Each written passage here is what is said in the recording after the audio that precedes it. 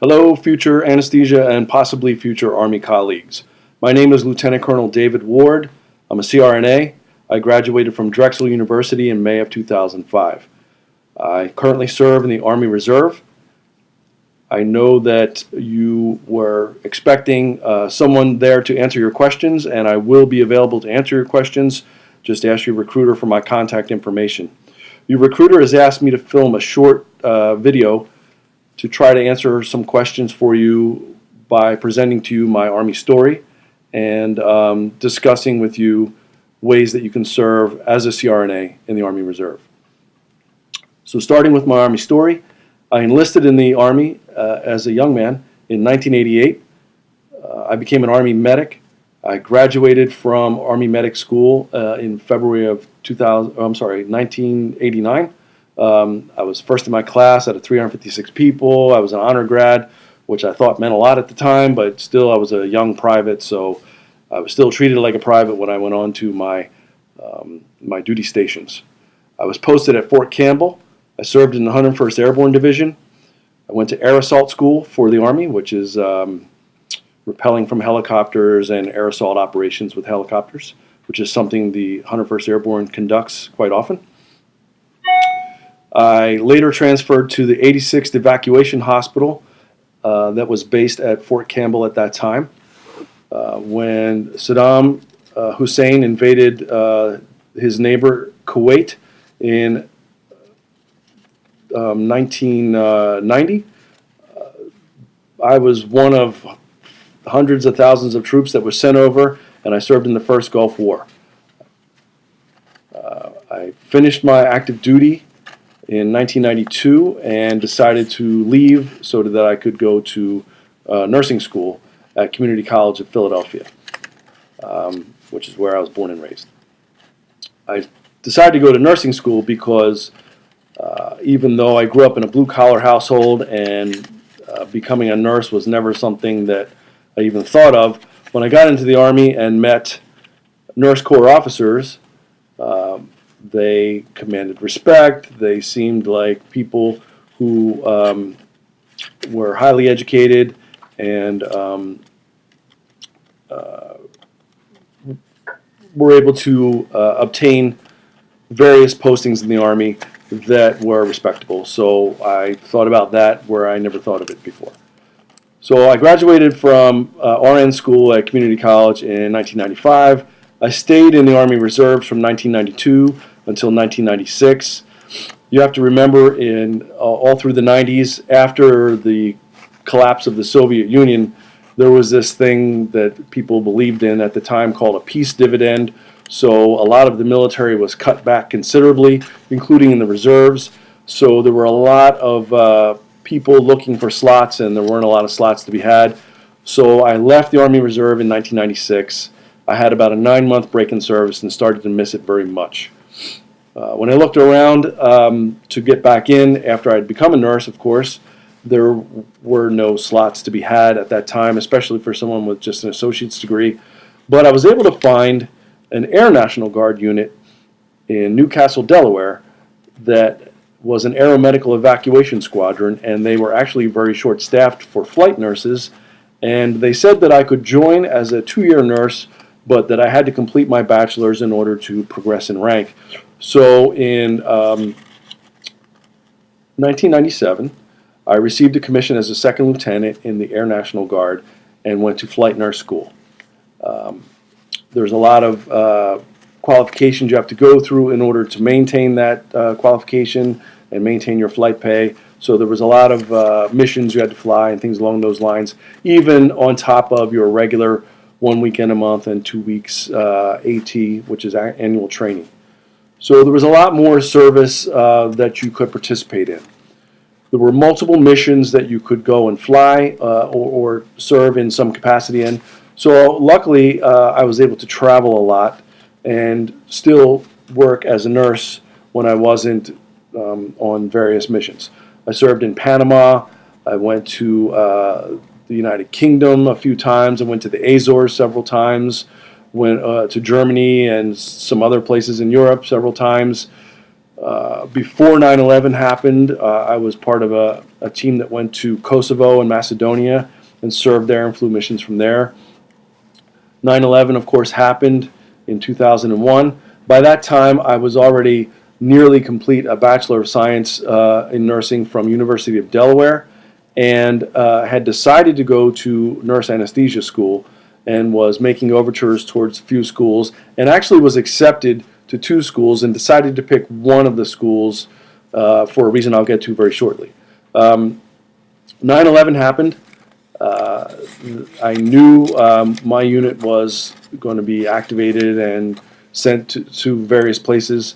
So when I was accepted to Drexel, they allowed me to not have all of the master's classes finished before I was able to start. They wanted me to start in January of 2002, but I knew I was going to deploy, so I had to defer until 2003, and I also wanted to try to complete whatever master's classes I could complete.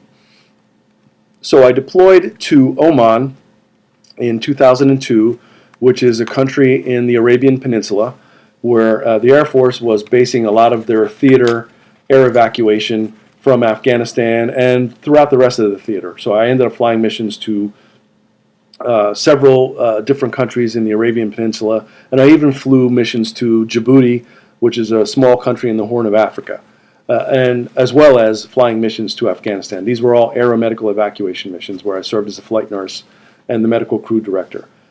By May of 2001, before 9/11, I had been promoted to captain, so I was a captain at this time, and you were basically eligible to be a crew director. I went to CRNA school in January 16th, 2003. I had returned from Afghanistan and Oman in December 22nd, 2002, so I kind of hit the ground running. CRNA school went until May of 2005. My unit, by that time, Iraq was going on, and my unit was expecting me, since they were allowing me to complete my school, they were expecting me to deploy pretty much as soon as I graduated. So I deployed in July of 2005 to Balad, Iraq. I went as a flight nurse, but I, by that time, had already started my first anesthesia job and had all my credentials. And where I was in Iraq, they were very short-staffed for anesthesia providers. And when they found out I was an anesthesia provider, they asked me if I could also work in the theater hospital there, as well as flying my missions. So every time I wasn't flying missions, which the missions we flew were, basically we lived in Iraq, and whenever their critical care needs occurred, we would convert whatever cargo aircraft were available, usually C-17s, and we would fly those from Iraq up to Landstuhl in Germany. So whenever I was not on alert to fly missions, I was able to get breaks and lunches and do cases and basically keep myself occupied in the anesthesia realm as well, which was, pretty scary at first, considering I just graduated a couple months before. They're not asking you when you graduated by that time, because the helicopters are landing, patients are coming off, and they're just coming into surgery. So I was involved in some pretty big cases fairly quick.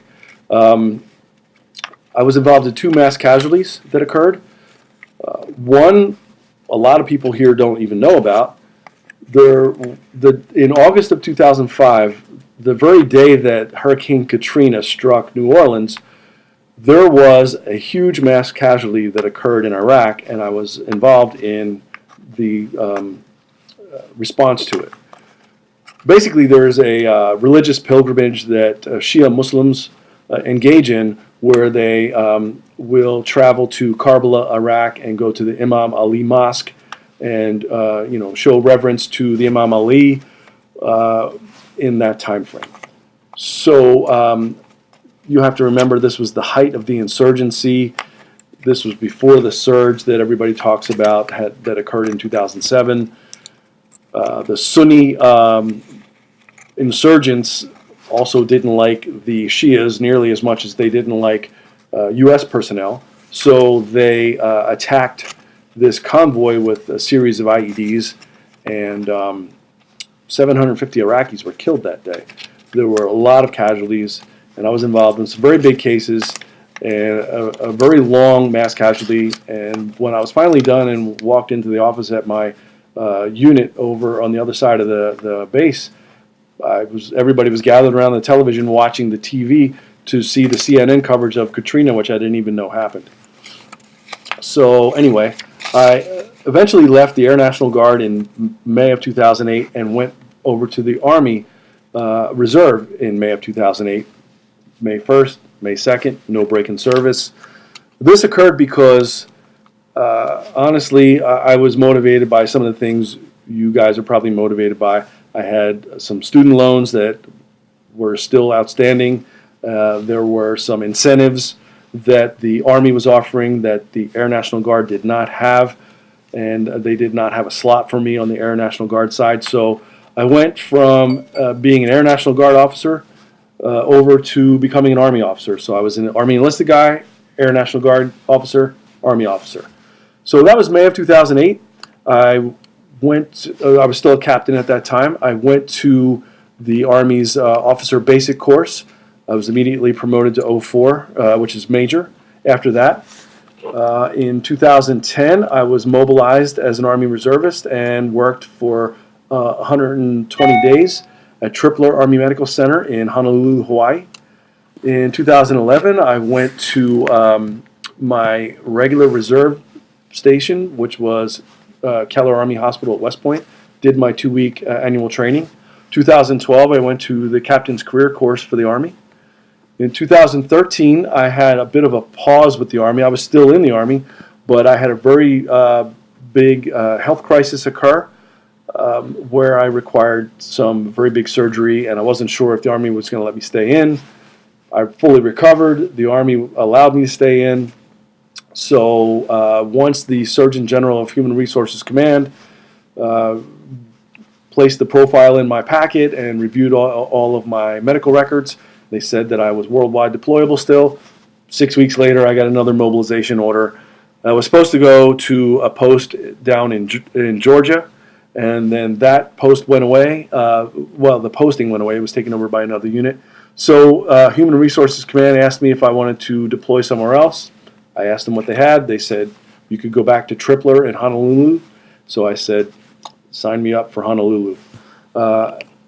In 2014, I started the Command and General Staff College, which was nearly a year-long course. You do it, and there's several ways to do it. But anyway, I completed that in June of 2015. I had been name requested by the chief CRNA at Tripler Army Medical Center to come back again. So I graduated in June of 2015 from Command and General Staff College and left in August of 2015 and went back to Tripler in Hawaii for another 4 months. Since that time, I was promoted to Lieutenant Colonel in June of 2016 and have been doing duty, normal reserve duty, which is, you do your drill days, you do your 2-week annual training, and that is all at Keller Army Community Hospital at West Point, New York.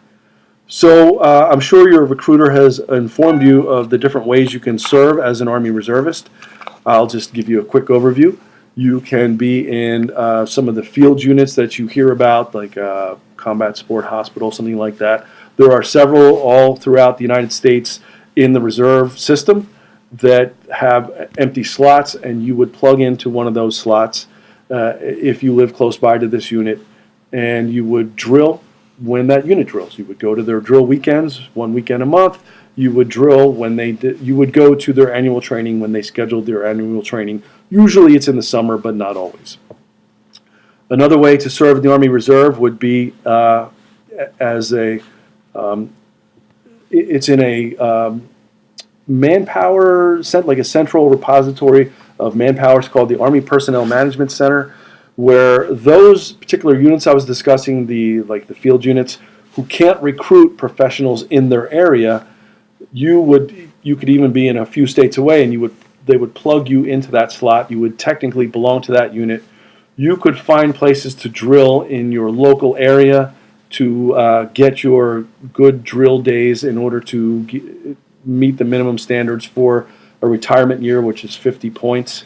So you get 2 points for every drill day, and you get 1 point for every active duty day when you do your annual training. And you have to accrue 50 points as a minimum per year in order to get your incentives and also get good years towards your retirement.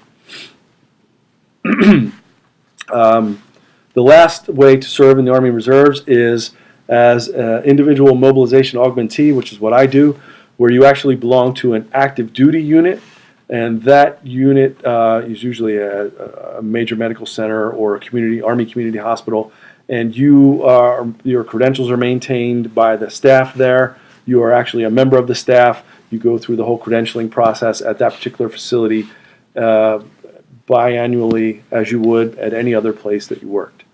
So my contact information will be given to you by your recruiter.